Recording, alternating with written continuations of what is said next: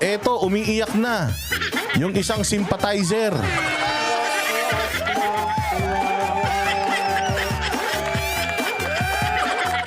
Hayop na yan. O, kita nyo naman, umpisa pa lang. Putain na, si Risa Ontiveros, natatain na sa salawal. O, umpisa pa lang, si Risa Ontiveros, bumubula na bibig.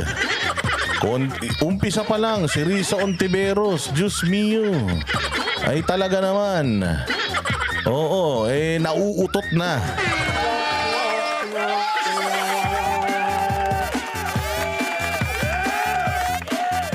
Umpisa pa lang, si Risa Ontiveros pumuputak na. Ang sabi niya, Apollo Kibuloy, magkaroon naman kayo ng konting hiya.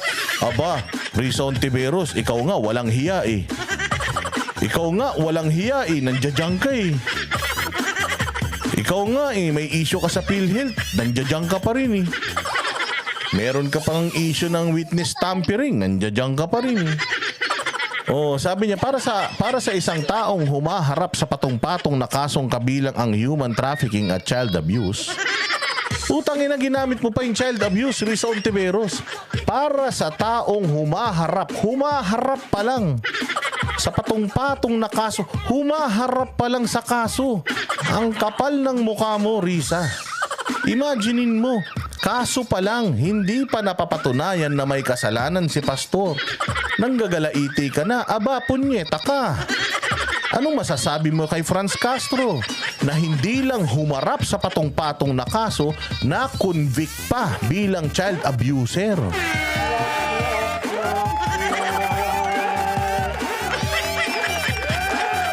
Aba, Risa Ontiveros, mahiya ka naman. Sitahin mo naman si Franz Castro na ang kapal ng muka. Guilty na sa pag-aabuso ng mga kabataan, tumakbo pa ng senador. Aba, mahiya ka naman, Risa. Sitahin mo naman, hayop ka.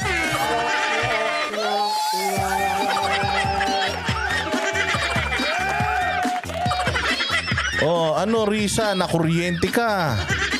Unahin mo muna yung bakod ninyo. Yung bakuran ninyong mga anti-Duterte, ang baho-baho. Naninita na kayo ng bakuran ng KOJC, ang linis-linis. Sa sobrang linis nga ng KOJC, bawal kang pumasok dun dahil virus ka.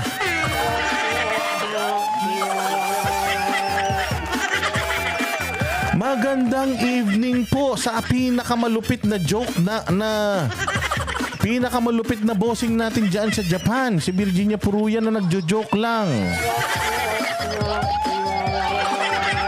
Alam mo ba, Virginia Puruya, hindi ka lang mas maganda sa evening. Mas mabango ka pa kay Risa Ontiveros.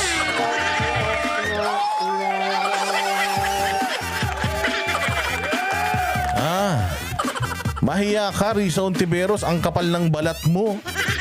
Puro bukbuk na nga yung mukha mo. Ang arte-arte mo pa. Putangin na, judgmental ka pa.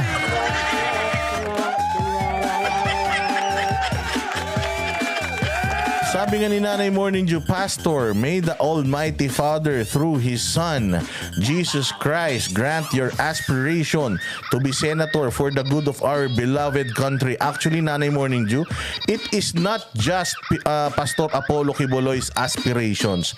It's also our aspiration.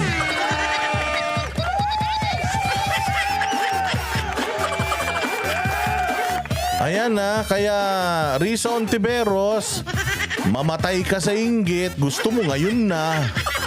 Oo, kahit bumula ang bibig mo, tumaas ang alta presyon mo at pumutok ang ugat, ugat mo sa utak. O, ugat mo sa utak.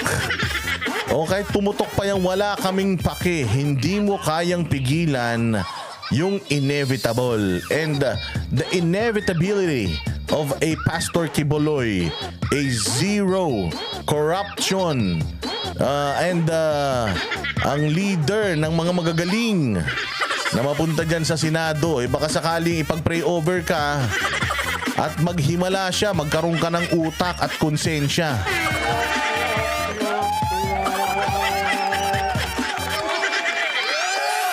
Oh, kung si Franz Castro in love kay PRD, ito naman si Risa, in love kay Pastor.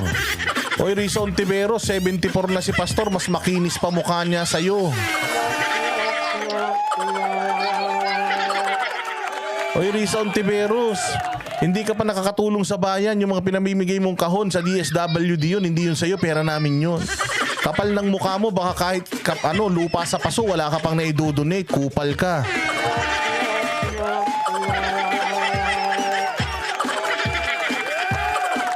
Si Pastor Apollo Kibuloy nakapag-donate na ng mga lupa. Ikaw, putang ina, dinodonate mo sa amin. Walang kwenta mong mga... Yung mga walang kwenta mong opinion, hindi naman namin kailangan.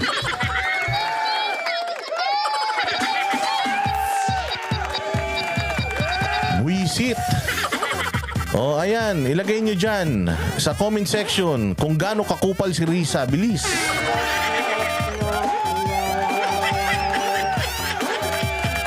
Sabi nga ni Garski, baka mas malaki pa yung na-kickback mo. Baka ha? Hindi niya sinasabing totoo. Pero sabi ni Garski, baka mas malaki pa yung na-kickback mo kaysa yung napunta sa tao.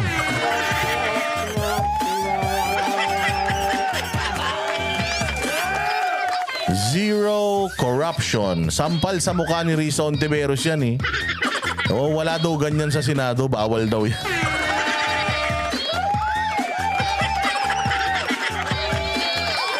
O, ilagay nyo dyan kung gaano kayo kainis kay Risa para i-print ng SMNI tapos ipadala rin sa kanya.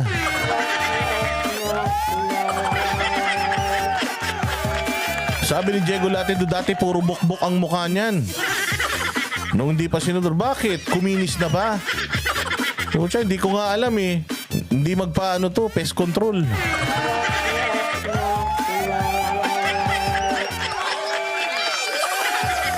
Hindi ba? Oh, so Risa Ontiveros, pucha, sabi ko nga sa inyo, si Pastor Apollo Kibuloy, na-outshine niya lahat ng mga tumakbong mga kandidato sa pagkasenador. Alam niyo ba na lahat ng kumandidato sa pagkasenador, mga bossing, nawalan ng kinang. Nawalan ng kinang. Alam niyo ba na bago mag-file ng COC si Pastor Apollo Kibuloy, alam nyo ba na bago ipasa ni Attorney Tolentino yung COC ni Pastor Apollo Kibuloy, ini-interview ng media si King Kong Pangilinan.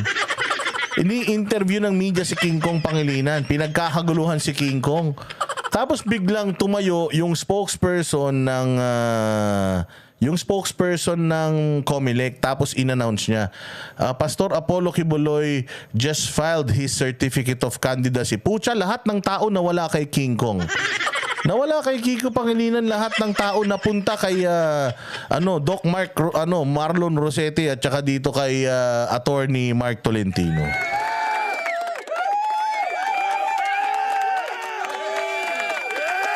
Oo, biglang lahat ng media iniwanan siya. Kaya umuwi na lang sila ni Sharon Cubeta.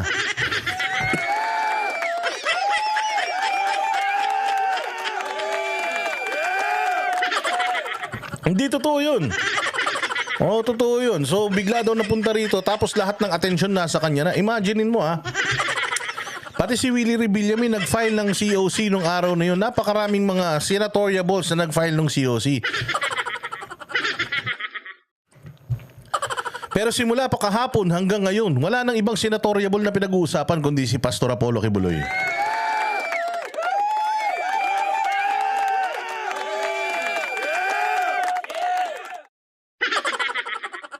Dahil lang inom ng tubig.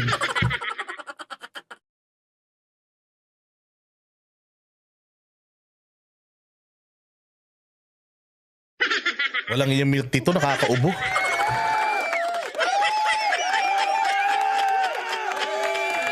Lahat. O napansin, sino ang lalakas ng mga senador, di ba? Sa sobrang lalakas ng mga senador, mga bossing, kahit isa sa kanila, walang nakipag-usap. Kahit isa sa kanila, wala nang pinag-usapan. Kahit isa sa kanila, wala nang mga ini-interview ngayon. Ang laman ng balita, puro si Pastor Apollo Kibuloy. Unang araw pa lang, putya yan, binabanatan na kagad yung COC niya. Dapat daw i-disqualify. Bobo sila. Bobo sila. Yung partido na nakapirma dyan, alam nyo ba ito si Mark Tolentino? Presidente siya ng partido na yun.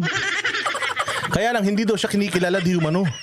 Meron pang certificate na pinakita si Mike Tolentino na siya ang pinuno nung samahan na yan. Ngayon, kung ayaw nyo naman, putang ina nyo, diwag. Oo, kasi pwede naman maging independent si pastor, mga gunggong. Kaya na namin ikampanya yung mga tarantado. Bakit? Sa tingin nyo, hingi ba ng pera sa inyo yung mga ulul?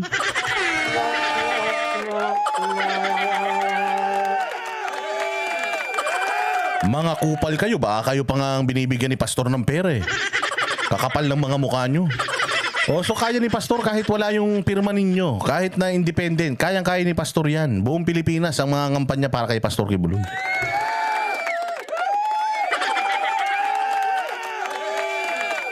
Ang balita nga ng ang balita nga ng ABS-CBN, dinis-own daw si pastor. Putang ina nyo, okay lang.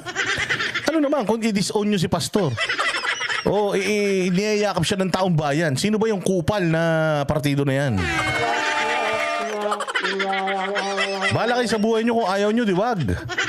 Kami nang bahala kay pastor. Alam mo partido ni pastor? Partido Banateros.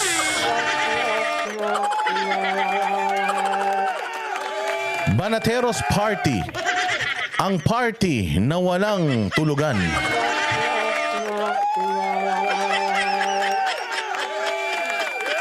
So makikita nyo, di ba? Buong araw ngayon, putya si pastor ang pinag-uusapan. Yung mga vloggers sa kabila, si pastor ang pinag-uusapan. Ang buong vlogging industry ng mga pro Duterte, si Pastor Kibuloy ang pinag-uusapan. Abay, putang ina, delikado kayo.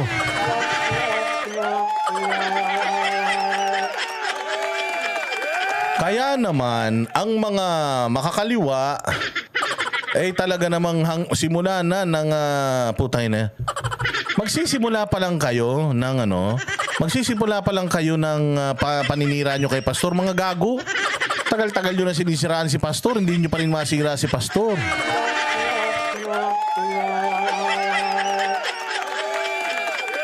So wag kayo mag-alala. Risa Ontiveros, ABS-CBN, 10 ng mga kulapo. 10 ng lahat ng mga gigil na gigil ngayon at kabang-kaba na, putya yan. Kabang-kaba na sa senatorial race at kami naman ay handang-handa na. Ngayon pa lang, nangangampanya na. Kaya nga pinagtatanong na namin yung Comelec kanina eh. Bawal po ba? Bawal po ba sa social media? Bawal po ba kaming mangkumbinsi na ng mga kamag-anak namin, kaibigan namin, pamilya ng kaibigan namin? Bawal po ba? Sabi nila, hindi. Therefore, starting today, yung ating assignment na bawat miyembro ng pamilya natin ay atin na pong i-convert yung number 1 sa kanilang pagkasenador. Ipalit na nila si pastor.